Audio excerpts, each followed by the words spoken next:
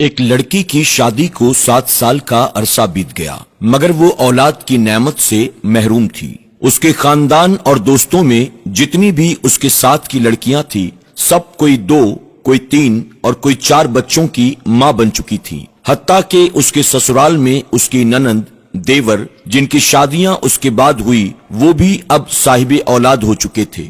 جہاں ہر وقت اسے لوگوں کی اور سسرال والوں کی چبھتی نظروں اور چبھتے سوالوں کا سامنا کرنا پڑتا، وہیں وہ خود بھی ہر پل اپنی سونی گود کی وجہ سے دکھی اور پریشان رہتی۔ اس کی رپورٹس میں بھی ڈاکٹروں نے تقریباً نا امیدی ظاہر کر دی تھی، جس پر ہر وقت وہ دکھی رہنے لگی۔ مگر دل میں ایک امید ابھی بھی باقی تھی کہ اللہ سے بڑا کوئی ڈاکٹر نہیں ہے، وہ چاہے تو کچھ بھی ناممکن نہیں۔ کبھی بہت زیادہ دل اداس ہوتا تو چھپ کر اپنے کمرے میں جی بھر کے رو لیتی۔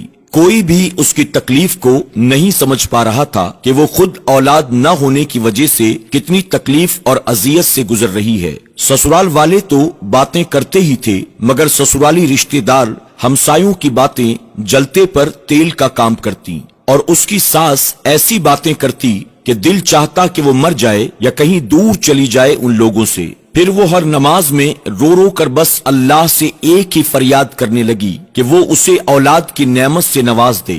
وقت گزرنے کے ساتھ جب اس کی دیورانی کے یہاں چھوٹے بچے نے جنم لیا تو ساس کے تانوں میں اور شدت آ گئی۔ یہ تو بانجھ ہے، میرا بیٹا تو بے اولاد رہے گا۔ پھر وہ وقت بھی آیا کہ گھر میں اس کے شوہر کی دوسری شادی کی باتیں ہونے لگی۔ ایک دن وہ اپنے دیور کے بچے کو گود میں لے کر پیار کر رہی تھی کہ نہ جانے اس کے دل کو کیا ہوا۔ وہ بچے کو وہیں لٹا کر اپنے کمرے میں آئی اور ایسا روئی کہ سب گھر والے جمع ہو گئے۔ اس کے دل کی حالت کو سمجھے بنا یہ سوچنے لگے کہ یہ دیور کے بچے سے جلتی ہے، حسد کرتی ہے، مگر ان جاہلوں کو کون سمجھائے کہ اللہ نے اسے ایسا دل دیا ہی نہیں جو کسی سے جلنے والا ہو۔ وہ تو ان لوگوں میں سے تھی جو اپنی خوشیاں بھی کسی اور کی جھولی میں ڈال دے، جو اپنے منہ کا نوالا دوسروں کے منہ میں ڈال دیں۔ وہ تو بچے کو پیار کرتے وقت اپنی سونی گود سے اس طرح دل گرفتہ ہوئی کہ خود پہ قابو نہ رکھ سکی کہ آج اس کے آنسو بھی سب باندھ توڑ کر بہنے لگے۔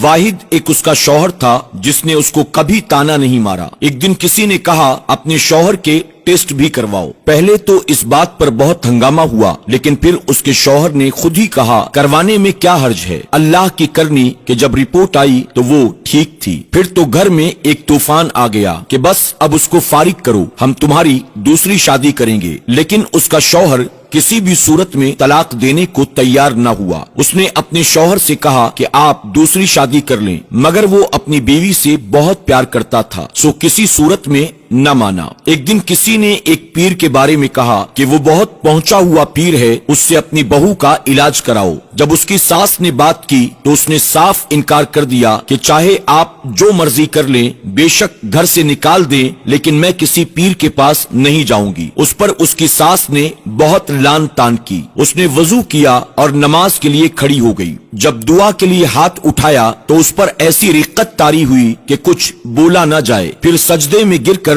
اللہ سے فریاد کی، یا اللہ، اگر تو نے مجھے بے اولاد رکھنا تھا تو تو نے مجھے دنیا میں عورت کی شکل میں کیوں پیدا کیا؟ عورت تو پوری ہی اولاد سے ہوتی ہے، پھر میرے وجود کو ادھورا کیوں رکھا؟ یا اللہ، ساری دنیا کے ڈاکٹر چاہے جو مرضی کہتے رہیں، مجھے بس تیرا ہی آسرا ہے۔ یا اللہ، میری وجہ سے میرے شوہر کو اس تکلیف کی محرومی سے نہ گزار۔ یا اللہ، تو ہر چیز پر قادر ہے۔ تو نے حضرت مریم علیہ السلام کو بنا مرد کے، بنا شوہر کے ماں کے مقام پر کھڑا کر دیا۔ تو نے بنا باپ کے سیدنا عیسیٰ علیہ السلام کو پیدا فرمایا۔ یا اللہ، تجھے حضرت مریم کا واسطہ مجھے صالح اولاد کی نعمت عطا فرما۔ یا اللہ، اولاد کے بنا میں ایک ادھوری عورت ہوں، یا اللہ مجھے پورا کر دے۔ یا اللہ مجھے پورا کر دے۔ یا اللہ، حضرت مریم کے بنا شوہر کے اولاد ہو سکتی ہے، میرے کیوں نہیں؟ میرا تو شوہر بھی موجود ہے۔ اس رات اس نے سجدے میں رو رو کر ایسی فریاد کی کہ اس کی آہو بکا کو سن کر کائنات کی ہر چیز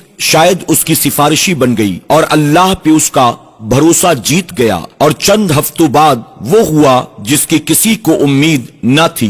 ڈاکٹر بار بار اس کی رپورٹس دیکھ رہے تھے۔ پھر اس کو زندگی کی سب سے بڑی خوشخبری سنائی گئی کہ وہ ماں بننے والی ہے۔ وہ یہ سنتے ہی